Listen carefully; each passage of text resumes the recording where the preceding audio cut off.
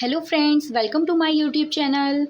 आज हम subject verb agreement के जो रिमेनिंग रूल्स रह गए हैं, रूल नंबर 13, 14 और 15 वो कवर करेंगे। इससे प्रीवियस वीडियो में मैंने 12 रूल्स को कवर करा दिया है। अगर आपने वो वीडियो अभी तक नहीं देखा है तो प्लीज़ मेरे चैनल पर विजिट करके उस वीडियो को ज़रूर देख लें।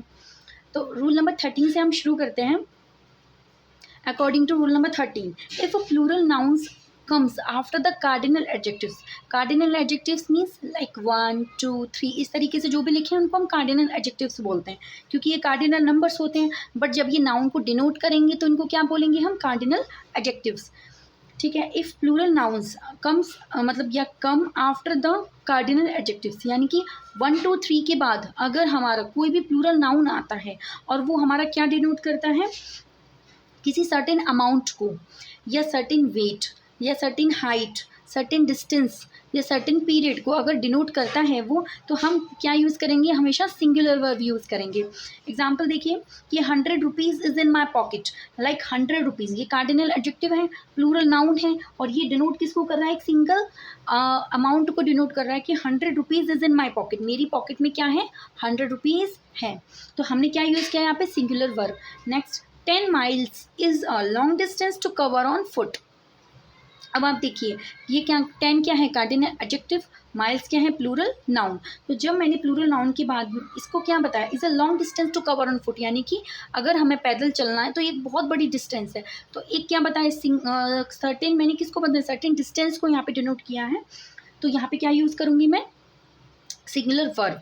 अगर इसमें आप एक एग्जाम्पल और देखिए कि अगर ये does not denote a single unit, अगर ये सिंगल यूनिट को डिनोट नहीं कर रहा है तो उस समय पे हम क्या यूज़ करेंगे? प्लूरल वर्ब यूज़ करेंगे। फॉर एग्जांपल आप देखिए 100 rupees are to be distributed among the students, यानी कि अब मुझे जो 100 रुपीज़ है ना उनको डिस्ट्रीब्यूट करना है, या बच्चों के बीच में 100 रुपीज़ को क्या किया गया है?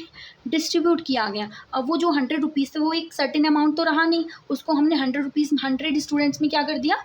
डिस्ट्रीब्यूट कर दिया। तो इसमें हम क्या यूज़ करेंगे? प्लूरल वर्ब यूज़ करेंगे। 100 rupees are. Okay. Next, rule number 14 की बात करते हैं। इफ़ अ रिलेटिव प्रोनाउन क्या होते हैं? जैसे हु, विच, दैट, ये सब क्या होते हैं? हमारे रिलेटिव प्रोनाउंस। तो joined subject to a verb, अगर ये जो है रिलेटिव प्रोनाउंस किसको जॉइंट कर रहे हैं? वर्ब को सब्जेक्ट से जॉइंट कर रहे हैं, तब हम verb according to the antecedent of the relative pronoun, यानी कि जो भी रिलेटिव प्रोनाउन का एंटीसीडेंट है उसके अकॉर्डिंग हम वर्ब को यूज़ करेंगे। For example, it is I, ये मैं हूँ, who am to blame for this bad situation, जिसको ब्लेम किया गया है बैड सिचुएशन के लिए। अब ये क्या है हमारा हु? यहाँ पे it's a relative pronoun. Relative pronoun किस किस को कनेक्ट कर रहा है यहाँ पे? सब्जेक्ट को किसके साथ? वर्ब के साथ में। तो हम वर्ब किसके अकॉर्डिंग लगाएंगे? According to subject. और सब्जेक्ट क्या है हमारा? आई। जब हमारा आई सब्जेक्ट है तो उसके अकॉर्डिंग हम यहाँ पे क्या यूज़ करेंगे? एम यूज़ करेंगे। Next, there is only one of his novels that is interesting. अब there is only one of his novels that is interesting. अब यहाँ पे दैट हमारा क्या है? रिलेटिव प्रोनाउन, जो किसको डिनोट, जो किसको कनेक्ट कर रहा है? एक सब्जेक्ट को किसके साथ में? वर्ब के साथ में। अब आप याद रखिएगा ये जो हमारे यहाँ पे जो सब्जेक्ट है ना ये पूरा है। वन ऑफ हिज नोवेल्स की बात हो रही है, उसकी नोवेल में से there is only one of his novels की बात हो रही है यहाँ पे। अच्छा, इससे प्रीवियस में आपको रूल्स में मैंने बताया हुआ है कि जैसे वन ऑफ द कुछ इस तरीके से अगर लिखा हो तो one of plus plural noun होता है, लेकिन हम इस वाले सेंटेंस में क्या यूज़ करते हैं, या इस वाले नाउन के साथ हम क्या यूज़ करते हैं? Singular verb, not a plural verb. तो यहाँ पे भी हम वन के अकॉर्डिंग क्या यूज़ करेंगे? सिंगुलर वर्ब यूज़ करेंगे, ना कि प्लूरल। ये अगर आपने मेरी पुरानी वीडियो नहीं देखी है तो उसको आप जाके देखिए, तभी आपको ये समझ में आएगा वन ऑफ हिज नोवेल्स वाला रूल। क्योंकि जब भी one of, none of, neither of इस तरीके से कुछ भी लिखा होता है तो हम उसमें क्या यूज़ करते हैं? सिंगुलर वर्ब ही यूज़ करते हैं। नेक्स्ट एग्जाम्पल आप देखिए, example number 15। Some nouns such as jeans, pants, trousers, shorts, sunglasses, reading glasses, goggles, spectacles, tongs, gloves, pliers, pincers, scissors, binoculars etcetera. Mean कोई भी मैंने जितनी भी यहाँ पे चीज़ लिखी है सबको आपको क्या समझ में आ रहा है?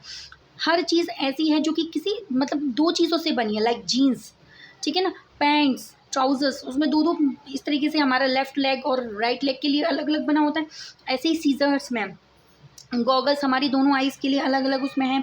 तो रीडिंग ग्लासेस, तो ऐसी कोई भी नाउन्स जिसमें ऐसे डबल डबल चीज़ें होती हैं तो टेक्स अ प्लूरल वर्ब, वो हमेशा क्या लेता है, प्लूरल वर्ब लेता है।